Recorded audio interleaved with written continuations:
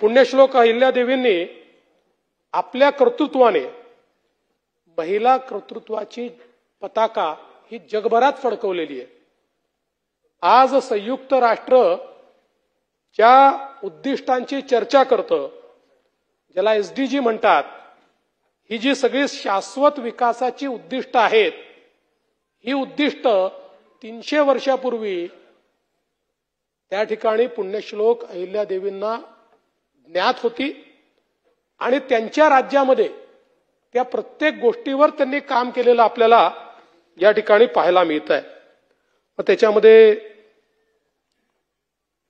गरिबी असेल, zero hunger, good health असे जे काही आहेत हे सगळे वाचून दाखवणार नाही, पण या सगळ्या गोष्टी आपल्याला या ठिकाणी पाहायला मिळतात।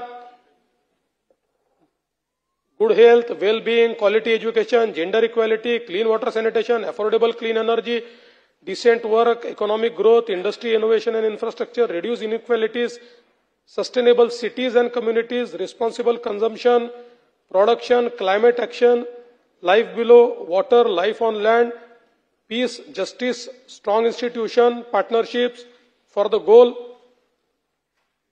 उदाहरणासहित यातली प्रत्येक गोष्ट ही कशी त्या काळामध्ये तेव्हाच्या तंत्रज्ञानात अहिल्यादेवींनी केली हे देखील या ठिकाणी आपल्याला दाखवून देता येईल। आणि म्हणूनच आपण जर बघितलं तर पूर्वीचे त्या काळात जे काही कायदे होते किंवा त्या काळामध्ये जे काही कर पद्धती होत्या, अहिल्यादेवींनी त्यांच्या राज्यामध्ये कर पद्धतीमध्ये आमूलाग्र बदल आणला। काही ठिकाणी त्याचं सौम्यीकरण केलं आणि गरिबाच्या हक्काचं रक्षण करून प्रत्येक गावामध्ये त्या संदर्भात पंच अधिकारी त्यांनी नेमले। देशभरामध्ये मगाशी ताईंनी देखील उल्लेख केला, अनेकांनी उल्लेख केला की परकीय आक्रमकांनी इथली संस्कृती नष्ट करण्याकरता आपल्या श्रद्धास्थानांवर सर्वाधिक आघात केला आणि ती सगळी श्रद्धास्थानं ही ध्वस्त करण्याचं काम केलं। या ठिकाणी पुण्यश्लोक अहिल्यादेवी या पहिल्या अशा राणी होत्या की ज्यांनी केवळ स्वतःच्या राज्याचा विचार केला नाही, असेतू हिमाचल या संपूर्ण भारतामध्ये ज्या ज्या ठिकाणी आपली श्रद्धास्थळं नष्ट झाली होती त्या त्या ठिकाणी जाऊन त्या श्रद्धास्थळांचं पुनर्निर्माण हे त्यांनी केलं।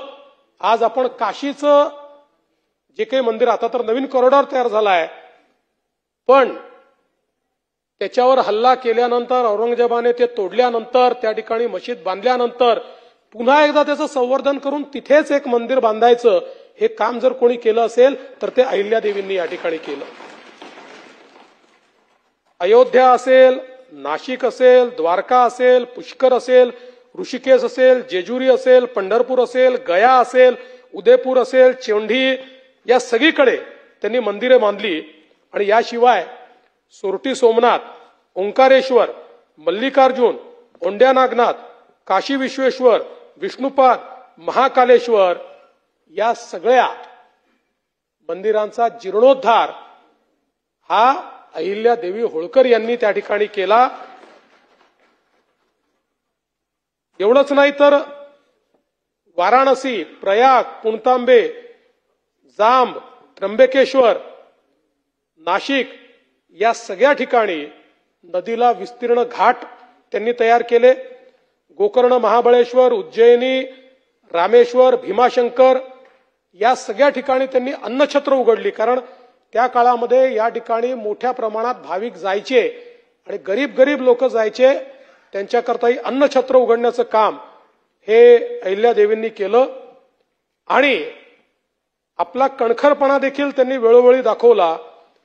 त्या काळामध्ये मोठ्या प्रमाणात जनता, हे आताचा मध्य प्रदेश असेल, थोडा उत्तर प्रदेशचा भाग असेल, महाराष्ट्राचा भाग असेल, या सगळ्या भागामध्ये मंद्रुप सिंग नावाचा एक डाकू होता जो लोकांना फार त्रास द्यायचा.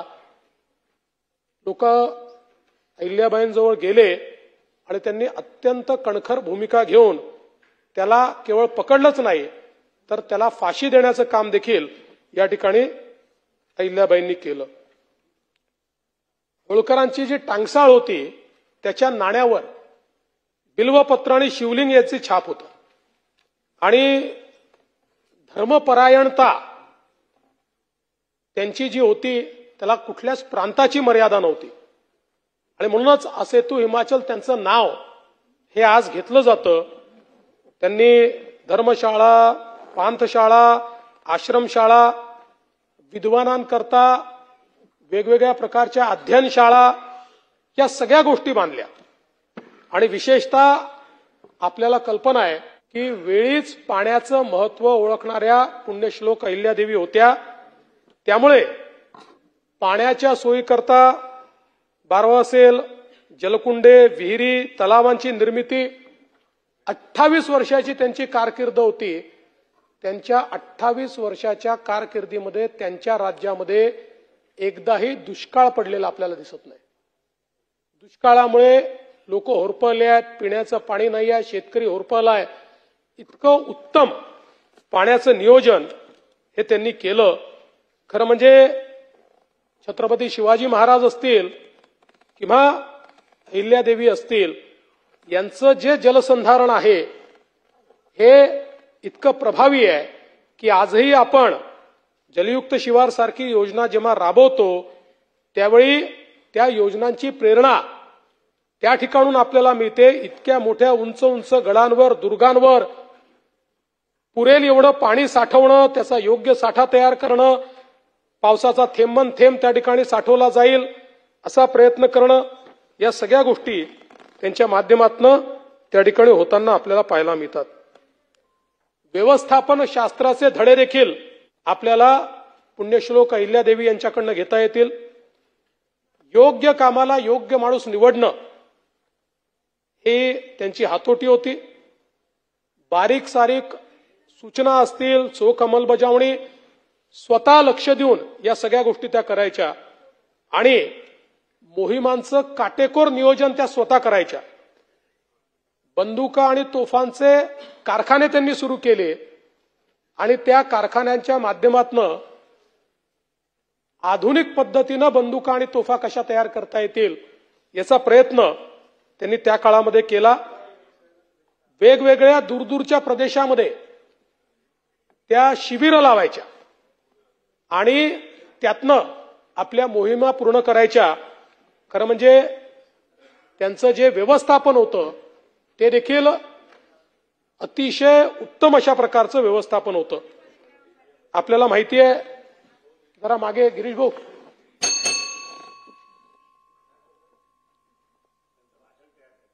जागेवर येऊन गिरीश भाऊ इकडे बसून आम्हाला थोडं मार्गदर्शन करा. सन्मान्य मंत्री महोदयांनी जागेवर बसावं.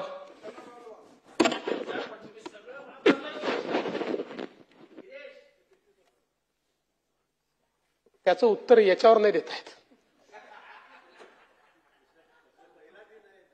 टाकून दिलेलं असं म्हणतो. अध्यक्ष महोदय, धर्मो रक्षति रक्षिता आपण म्हणतो, याचं आपल्या कृतीतून काम कोणी केलं असेल तर ते अहिल्यादेवींनी केलं. आपली संस्कृती ही भोगापेक्षा त्यागावर उभी आहे आणि त्याच त्यागपूर्ण पद्धतीने त्यांनी संस्कृती आणि धर्माचं रक्षण केलेलं आपल्याला पाहायला मिळतं. खरं म्हणजे पंढरपूरच्या विठुरायावर प्रत्येकाची श्रद्धा आहे, पण तो काळ असा होता की आक्रमणाचा काळ होता. अनेक अडचणी होत्या. ज्यावेळी अहिल्यादेवींच्या लक्षात आलं की त्या ठिकाणी नैवेद्याची सोय करणं देखील कठीण जात आहे, तर त्यांनी सांगितलं यापुढे ही नैवेद्याची सोय होळकर घराणं करेल आणि त्यांनी त्या काळामध्ये या विठुरायाच्या नैवेद्याची सोय ही स्वतःकडे घेतली आणि अनेक वर्ष, अनेक शतकं ती त्या ठिकाणी चालली. खरं म्हणजे हे सगळं करत असताना त्यांच्या राज्यामध्ये कुठलाही भेदभाव आपल्याला पाहायला मिळत नाही. त्या आवश्यक असेल तेव्हा कठोर झालेल्या आपल्याला पाहायला मिळतात, अन्यथा त्या मातेच्याच भूमिकेत आपल्याला पाहायला मिळतात. आणि या दोन्ही भूमिका अतिशय ज्याला आपण समर्थपणे म्हणतो अशा प्रकारे त्यांनी निभावलेले आहेत. खरं तर मल्हाररावांच्या निधनानंतर त्यांनी होळकरांची राजधानी ही इंदोरमधनं माहेश्वरमध्ये आणली. आणि आपल्यापैकी जे लोक महेश्वरला गेले असतील ते पाहू शकतात की ते आधुनिक पद्धतीनं त्यांनी ते शहर वसवलेलं आहे. अत्यंत सुंदर, अत्यंत ज्याला म्हणतो आपण वास्तू आणि स्थापत्यशास्त्र याचा संगम करून त्या ठिकाणी त्यांनी ते शहर वसवलं. आणि जगभरातले चांगले कलावंत, जगभरातले चांगले आर्टिसन यांना तिथे आणलं जायचं, त्यांना तिथे संधी दिली जायची. देशभरातनं त्यांनी उत्तम विणकर हे माहेश्वरला आणले आणि वस्त्रोद्योगाला चालना दिली. आजही माहेश्वरची साडी ही जगप्रसिद्ध आहे. त्याची निर्मिती ही अहिल्यादेवी होळकरांनी त्या काळामध्ये सुरू केली. जनसामान्यांची काळजी घेताना त्यांनी पशुपक्ष्यांकरताही जंगल, कुरण, पिण्याच्या पाण्याचे पाणवठे हे मोठ्या प्रमाणात तयार केले. अगदी मुंग्यांकरता साखर ठेवण्याची व गोड ठेवण्याची पद्धत देखील त्यांनी त्या काळामध्ये सुरू केली. आणि पाण्यातल्या माशांकरताही खाद्य तयार करून त्यांना उपलब्ध करून द्यायचं, अशा प्रकारची संवेदनशीलता ही आपल्याला त्यांच्यामध्ये पाहायला मिळते. त्या काळामध्ये अहिल्यादेवींनी हुंडाबंदी केली होती आणि हुंडा देणारा आणि घेणारा आणि मध्यस्थ अशा तिघांनाही त्या शिक्षा ठोठवत होत्या. त्यामुळे त्यांच्या या कृतीमुळे असा जरब निर्माण झाला होता की जवळपास हुंडा प्रथा ही त्या काळामध्ये बंद करण्याचं काम त्यांनी केलं होतं. आणि खेड्यापर्यंतही न्याय व्यवस्था त्यांनी त्या ठिकाणी नेली होती. मुलींनी शिक्षण घेतलं पाहिजे, महिलांनी सैनिकी शिक्षण घेतलं पाहिजे, अशा प्रकारे सबल आणि आत्मरक्षण करू शकणाऱ्या आणि आपल्या समाजाचं आणि देशाचं रक्षण करू शकणाऱ्या मुली आणि महिला या तयार करण्याचं काम त्यांनी केलं. आणि विशेषतः या ठिकाणी झाडे तोडण्याला बंदी असेल, मोठ्या प्रमाणात कुटीर उद्योग असतील, याची सुरुवात त्यांनी केली. खरं तर आपण बघितलं असेल तर पुण्यश्लोक अहिल्यादेवींचा जन्म आपल्याच महाराष्ट्रातल्या चोंडीमध्ये अतिशय सामान्य अशा कुटुंबामध्ये झाल्या. पण आपल्या कर्तृत्वाने जी अहिल्या होती ती अहिल्याबाई झाली, ती अहिल्यादेवी झाली, ती लोकमाता झाली आणि मग ती पुण्यश्लोक झाली. अशा प्रकारचा जीवन प्रवास हा त्यांचा अक्षरशः थक्क करणारा असा आहे. अहिल्यादेवींच्या राज्यात एका धनी व्यक्तीचं निधन झालं आणि त्या व्यक्तीला पत्नी होती, तिच्या पश्चात मुलं नव्हती. तर तिथल्या एका सरदाराने कुठले तरी नियम सांगून ती सगळी संपत्ती सरकार जमा केली, ती संपत्ती घेऊन टाकली. ही विधवा स्त्री अहिल्यादेवींकडे गेली. अहिल्यादेवीने तिचा सत्कार केला, तिला त्या ठिकाणी सन्मान दिला आणि फरमानच काढलं की पतीच्या संपत्तीवर पत्नीचा पूर्ण अधिकार असेल आणि ती संपत्ती कोणीही जप्त करू शकणार नाही. त्यामुळे आज आपण जे करतो, कायदे बनवतो, आपल्यालाही बरं वाटतं. मागच्या काळात आपण कायदा केला तर आपल्याला वाटलं की आपण किती सुधारणा केल्या, पण या सगळ्या सुधारणा अहिल्यादेवींच्या आपल्याला राज्यकारभारामध्ये पाहायला मिळतो. प्राणीप्रेम तर मी त्यांचं सांगितलंच, पण एक छोटीशी त्या संदर्भातलं एक कहाणी आहे की एकदा छोट्या होत्या अहिल्यादेवी आणि आपलं सौर सांगत होत्या. तर मल्हारराव त्यांना म्हणाले की तू नेम धरून दाखव. तर कशावर नेम धरायचा? तर मल्हाररावनी सांगितलं की ती समोर झाडावर बुलबुल दिसते, तिच्यावर नेम धर. त्यावर अहिल्यादेवी म्हणाल्या तुम्ही मला दुसरं काहीतरी सांगा. बुलबुल तर आपलं पाहणं आहे आणि त्या बुलबुलने आपलं काय वाकडं केलंय, आणि पाहुण्यांचा सन्मान करणं इतर होळकरांची जीवन पद्धती आहे. त्यामुळे तुम्ही ती मला देऊ नका, मला दुसरं काहीतरी सांगा ज्याच्यामध्ये जीव नाही, असा एखादा मला तुम्ही टार्गेट द्या, मी तुम्हाला माझा नेम काय आहे हे त्या ठिकाणी दाखवते. त्यामुळे अशा प्रकारे एक प्राण्यांच्या संदर्भात देखील त्यांची संवेदना होती. त्या अतिशय चाणाक्ष होत्या. त्या ठिकाणी लहान असताना, कारण आपल्याला माहिती आहे लहानपणीच लग्न झालं होतं, एकदा पेशवे आणि मल्हारराव हे वेश बदलून फिरत होते आणि रस्त्यामध्ये त्यांची भेट अहिल्यादेवींची झाली आणि मुद्दाम आता आपण बाबा यांना फसवावं किंवा अशा पद्धतीनं त्यांना पाणी मागितलं. अहिल्यादेवीने विचारलं की तुम्ही कुठल्या गावचे पाहुणे? त्यावेळेस ते म्हणाले की नाही, आम्ही व्यापारी आहोत. अहिल्यादेवी हसायला लागल्या. त्यांनी विचारलं का असताय? त्यावर त्यांनी सांगितलं, बघा व्यापारी जो असतो ना तो घोड्यावर कधीच इतका ताट बसत नाही आणि व्यापाऱ्याला कधीच झुपकेदार मिशा नसतात. तुम्ही जे कोणी असाल, तुम्ही सैनिक आहेत, तुम्ही लढवय्ये आहेत, त्यामुळे तुम्ही नेमके कोण आहेत हे सांगा, अशी चाणाक्ष नजर त्या ठिकाणी अहिल्यादेवींची होती. खरं म्हणजे लोकमाता अहिल्यादेवी यांच्या अंगी जेवढे सद्गुण होते, आपल्या एका जीवनामध्ये त्यांनी जेवढं कार्य केलं, मला असं वाटतं की अनेक वेळा हा प्रश्न पडावा की एक व्यक्ती इतके सद्गुण घेऊन इतके कामं कशी करू शकतो, अशा प्रकारचा आपल्याला एक प्रश्न पडावा. धर्मपरायणता होती, परमार्थ भावना होती, राजकीय मुत्सद्दीपणा होता, धार्मिक सहिष्णुता होती, नम्रता होती, शक्ती वैभव होतं, चारित्र्य संपन्नता होती. प्रत्येक गोष्ट जी असू शकते ही त्यांच्या ठायी असलेली त्या ठिकाणी आपल्याला पाहायला मिळाली. आणि म्हणूनच अतिशय कल्याणकारी अशा राज्याची निर्मिती ही अहिल्यादेवींनी केलेली आपल्याला सर्वांना पाहायला मिळते. अतिशय त्या काळामध्ये आपल्याला माहिती आहे की रूढी, प्रथा, परंपरा अनेक असायच्या, पण त्याच्याबद्दल त्यांची पाहण्याची दृष्टी काय होती? तर अहिल्यादेवी असं म्हणायच्या, ज्या रूढी अंधाराकडनं उजेडाकडे नेतात त्या रूढी आम्हाला मान्य आहेत, पण ज्या रूढी उजेडा करून अंधाराकडे नेतात त्या रूढींना आम्ही अंधश्रद्धा मानतो आणि अशा रूढी कधीच पाळल्या जाऊ नयेत, अशा प्रकारे अहिल्याबाईंनी त्या काळामध्ये आपलं मत व्यक्त केलं होतं.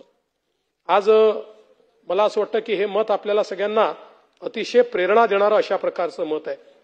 त्यांची जी राजमुद्रा होती त्या राजमुद्रेवर त्यांनी श्री शंकर आज्ञावरून अशा प्रकारे छापलं होतं. म्हणजे जसं छत्रपती शिवाजी महाराजांनी सांगितलं, हे रयतेचं राज्य आहे, माझं राज्य नाही आहे, तसंच मी जे राज्य करते आहे ते आज्ञेवर न करते, इदम न मम, हे माझं राज्य नाही आहे, अशा प्रकारचा भाव हा त्यांच्या त्या संपूर्ण